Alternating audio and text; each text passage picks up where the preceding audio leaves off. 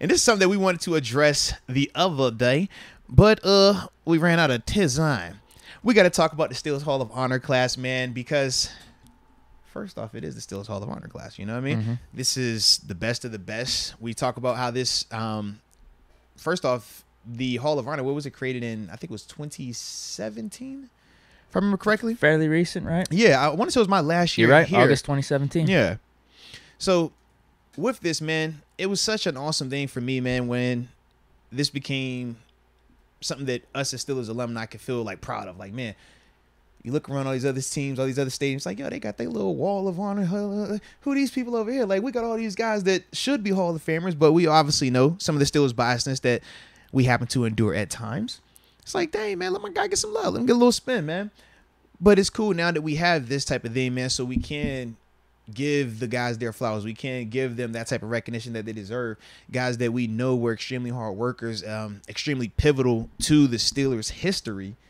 And when you're talking about contributing to the legacy and the championships that they brought here, the wins they brought here, the moments that we all hold on to, this gives them that chance to forever be immortalized, at least here in Pittsburgh, man. So definitely want to give them that, their moments and stuff like that, man. So we want to go over the players? Absolutely, man. So you want you got to pull it up, or how you want to do it, man? I remember off the top of my head, actually. Well, go ahead, man. Drop it like it's Heath Miller. Okay. You know who Heath is, a.k.a. my partner, them, a.k.a. former teammate, them, a.k.a. the dude that hurt my feelings one time. We'll talk about him in a second. Oh, you got a story? I actually do, yeah. Okay, so you're going to tell it on this? I mean, we started. I didn't know if you wanted to go. No. I'll say the rest. Okay, I was saying he was going to go through the names first. Okay, Myron Cope. Yeah. We just talked about Vince Scully. Some might have said you're Cope. Like the Myron Cope of Pittsburgh. I've heard people say that about you before. What I do like about him getting in, though, is he was the first guy to get in that has never been officially employed by the Steelers. Yeah. Uh-oh. Mm-hmm. You're saying there's a chance. Hey, you got to start somewhere, Deke. What's up? Hey, Deke, don't forget me when you get there, all right? Don't forget me. Just be like, yo, I know him. Just tell me, you know what I'm saying? Give me a shout out. I don't see why we can't both get in. You sure? Oh, man, I'm washed. You got a real chance, though. Former player and now contributor. I guess me, I'm just, would they consider contributor? You're a contributor, yeah. He's a contributor. You're a contributor. To the whole Steelers aura. Yeah. But with them, iconic voice, Steelers history, also NFL history. No brainer right there. Creator of the terrible towel. I was about to say, that's the part for me, the creator of the terrible towel. When you talk about what that towel means, I think of it from multiple perspectives. Obviously, me first being introduced to it as an opponent, looking at it like, yo, this is the stupidest thing ever. Why are you people waving this dumb washcloth? First time I got introduced to it, I was in Buffalo, and Pittsburgh was playing us. This is the Stevie Johnson game. And, of course, Steeler Nation took over that stadium, and we're like, bruh, this is Bills Mafia. We never come home, and it's not like stupid pack for us. And that was literally the only time I've ever experienced that in Buffalo. It was Steeler Nation. Right, because recently it was pretty built out. Because correct. I don't know if it's because Josh Allen that's bringing their reemergence up there. Yes, that's largely why. But during that time, we were still figuring our stuff out. And, yes, man, I remember seeing all these rags. I'm just like, bro, why are they swinging this? Like, this is stupid. They stupid. I hate Pittsburgh. Bunch of stupid people. Like, that's because you know that's the energy when you're out there and competing. You know what I mean? It's like, I hate everything about the city. Then we come down here and play in 13. And even that game is back and forth. It's tight. I talk about the Renegade story when it's played. Then AB runs back the K. He didn't score, but he definitely like flipped the field on us. I did like 50, 60-yard return on it. And we're just like, bro, here they go with these dumb towels again. But then when you come here and you learn about the history, then you see what it means to the city. When a child is born in Pittsburgh, they're draping them with terrible towels, bro. Like, that's the energy we're on. When people pass away and they get buried with the terrible towel. Yeah. Like, that's the significance. When you talk about impact, that is legendary. That goes beyond any radio, anything that you could do here. Like, that's just crazy to me, man. But salute Myron Cope for that, man. Absolutely. Yeah, that was an easy one. No, without a doubt. And then Sam Davis, he was the left guard during all those Steeler teams in the 70s, starting left guard. This one obviously made sense to me because if you're going to have John Colvin starting left tackle, why wouldn't you have the starting left guard? Why not? We get the whole line in that thing, baby. I think my math's right on this. 13, 14 years too? Mm-hmm. Looking at his Pro Football Reference right now. Mm-hmm. Yeah, he's been with the team 67 all the way up to 79. I like that one. And then Ray Matthews.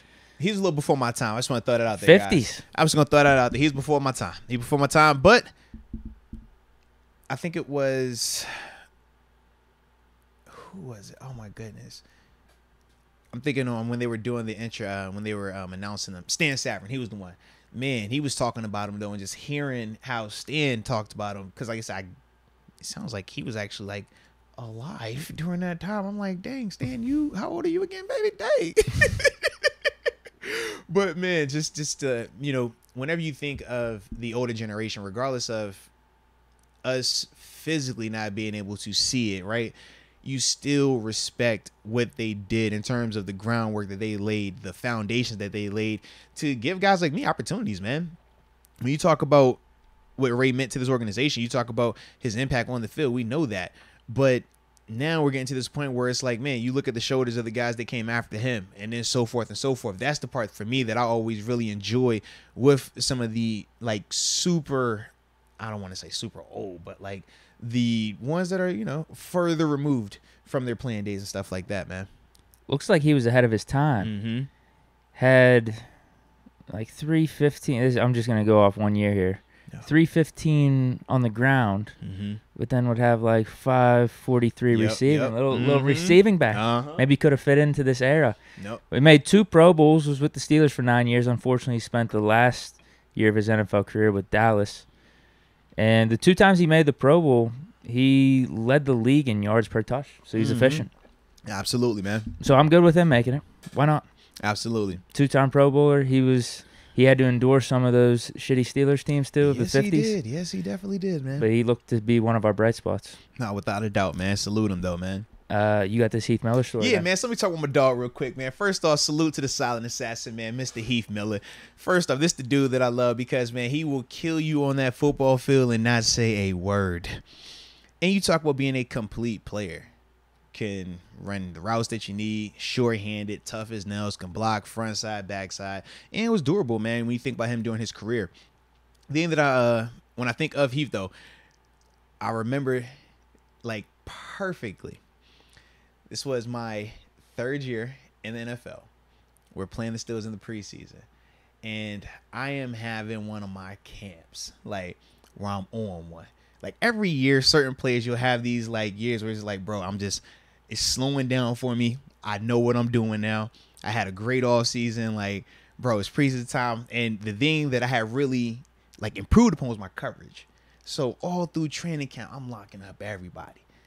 I'm like, yo, it's whatever. So now we're getting a chance to play the Steelers in the preseason. I'm like, bro, I know I'm only going to play for like a half anyways, but I know they're going to play their starters. So we like, yo, it's Heath over there. Like, yeah, that's the smoke I want. He from UVA. Like, I ain't tripping. Like, let's get it. Good little test. Huh? Absolutely. I'm like, yo, if I can lock him up, man, I ain't tripping on nothing during the season. Let's get it. Man, so first little bit of the game, ain't nothing going on. No routes, nothing crazy. I think I had one where I'm like, all right, I feel nice. Ben ain't even look this way. We're cross midfield. And he's like, all right. Starts to run this little like vertical route. I'm running with him. I'm like, okay, you ain't about to outrun me. I'm nice today. Like, I'm feeling fast. And right at the last second, we like 20 yards downfield. He dropped back, back shoulder me. And it was the first time I had ever had somebody hit a back shoulder on me. Like, practice, game, anything. Was this Ben? Of course it was Ben. I don't know if Bash was doing me off. No, of course it was Ben. That's what pissed me off. So, as it happens, though, I'm hot because I'm like, yo, you ain't catch that. I'm talking big. So I'm like, nah, you ain't catch that. He roll over, ball in his hand, smirk and just get up. And he don't say nothing back. And I'm like, bro, you got to say something. Like, and it had me so hot that he just casually killed me back shoulder, 20-yarder. I'm just go right back to the huddle. I ain't got nothing to say to you. Then, obviously, that following 2 years later, I come here to Pittsburgh. And from there, it's like, man, you're battling with him every day in practice, especially in training camp. And remembering all these 6 technique drills where it's like, Mose, you're going to go with Heath. Every time, you know, our coach told me have like certain people he wants to have matched up. And it's just like, bro, going against Heath every day in those type of drills would piss me off because he's so fundamentally sound. Like, you talk about the consistency every single play. That's what he would bring to the table. When you talk about a guy that gets his hands to the steering wheel first, is going to do every little detail right. and is still an awesome athlete. That's the part for me where it was like, man, I just loved playing against him, but even more so when he was on my team and being a teammate of his, man. So definitely want to salute my dog, man, on that right there. Best Steelers tight end in history. Oh, absolutely. Absolutely, bro. I did some research on this, too. I just wanted to make sure I wasn't overlooking anyone, but obviously it is Heath Miller. Mm-hmm. There's this one site called Ranker, and I guess it is ranked by the fans. Yeah. So Eric Green was up there. I know he was a pretty good tight end. Guess who they had at 6? Ladarius? Pat Frymouth. It might be too low, too. Okay, let's see what's on that list, man. Hold on, let me find it. What's on that list? Where's Jesse at on that list? That's the other part. Steelers tight ends all time. I'm trying to think who else. Benny Cunningham, I think, was in the top 5. That one makes sense because he was like the tight end during those 70s teams as well. Okay, Mark Bruner is 2. I don't know about that. Okay. That might be a stretch. He was, but how many years did he get here? I thought he had a nice little time here, right? Looks like 95 to 03. Eric Green, they have at 3. He was 1990 to 94. Okay. And he was good during that time. He had some really good seasons. Benny Cunningham at 4. Randy Grossman at 5. Shout out to Randy. Pat Frymouth at 6. Vance at 7. Oh, okay.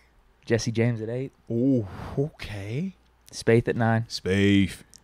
Preston Carpenter. Looks like this dude was he was 1960 to 63 at 10. All right. Zach Gentry at 11. Gentry on it. All right. That seems like a little bit high. Drain Tooman at 12. Like, Gentry over Tooman, I don't know about that. Where's my man David Johnson? They have Gentry over Ebron. Ebron at 13. Whoa. Ebron feels a little low. Whoa. Although, only 2 seasons. The one season he had like 500 yards. How some many drops. And then like last year he didn't do anything. But you got Gentry ahead of him, though? Yeah, I don't know about that. Yeah, I don't think I can. If you want to project Gentry being the better tight end, having more longevity, I'd understand that. All right. You want me to keep going? Let's see what else we got, man. That's on 13. Oh, we'll go to 15. David Johnson at 14. All right, DJ finally made the list. Mike Malarkey at 15. The coach, right? Yeah, I guess he played for us in 89-91. Okay. It doesn't seem like we have the best like tight end tree, and we got a little unique video or unique group with with receivers. We got AB, Swan, Stallworth, Hines Ward, like in the top 5. Yeah. After Heath, I mean, Heath probably ain't making the Hall of Fame. Like, we don't have any Hall of Fame guys even in the tight end position. Yeah, you're right. Frymouth. Think he's next. Break that mold. Yeah. All right, we're gonna see, man. I hope so. We're gonna see though. Yeah. But no, I think it was a good Hall of Honor. I like that though. Absolutely. From my knowledge, at least. I would agree with that, man. I definitely think that it was a good class, man. Salute all those dudes, man. Well deserved. And it was actually cool to see that Heath actually came down too, man, on the day he was announced that he was getting into the Hall of Honor too, man. So that was dope that he was out there practice for that.